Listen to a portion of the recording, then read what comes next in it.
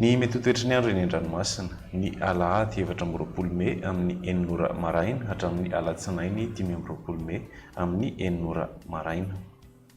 Entanina ny mpampiasa ny ranomasina mba hitandrina hatrany na tsy misy ary ny fampitandremana ho an'ny morontsirak'i Madagasikara. Morontsiraka Atsinanana, tanjona Bobaomby hatrany amin'ny tanjona Angotsy. Norana malefaka indraindray ho avy atsimona atsimon'Atsinanana ny rivotra ka ho 20 hatramin'ny 30 kilometatra isan'ora, hatratra 520 kilometatra isan'ora any avaratry Sambava. Manonjabena aheriny ranomasina ahavon'ny onja 2 hatramin'ny 2.5 metatra. Tanjona Angotsy hatrany Manoro, anorana amin'ny tapany voalohan'ny fepitaona. Ho avy Atsinanana na atsimo-Atsinanana ny rivotra ka ho 10 hatramin'ny 20 kilometatra isan'ora. Manonjabeny ranomasina ahavon'ny onja 2.5 hatramin'ny 2 metatra. Manoratra ny Tolagnaro, anorany Tandrifin-drahona. Ho avy avaratra Atsinanana ny rivotra ka ho 10 hatramin'ny 20 kilometatra isan'ora, hatratra 30 kilometatra isan'ora indraindray any atsimon'ny Farafangana. Anonjabena aheriny ranomasina ahavon'ny onja 2 hatramin'ny 2.5 metatra noho ny alon-drano avy atsimo-Atsinanana.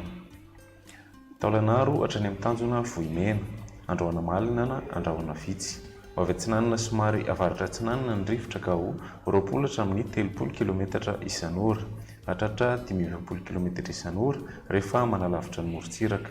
Manonjabeny ranomasina ahavon'ny onja anodidina ny 2 metatra.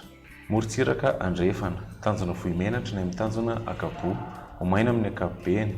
Ho avy atsimo ny rivotra amin'ny ankapobeny ka ho 10 hatramin'ny 30 kilometatra isan'ora.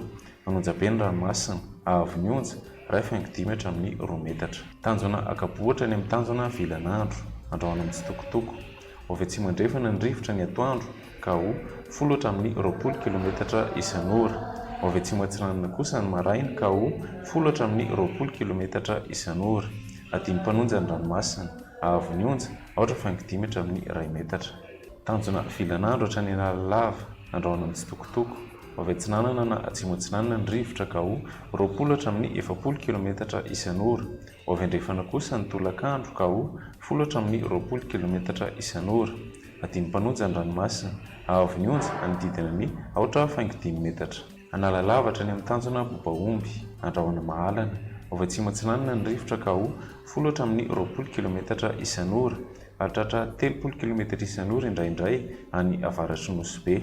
Ho avy Andrefana na avaratry Andrefana kosa ny Takariva ka ho 10 kilometatra isan'ora.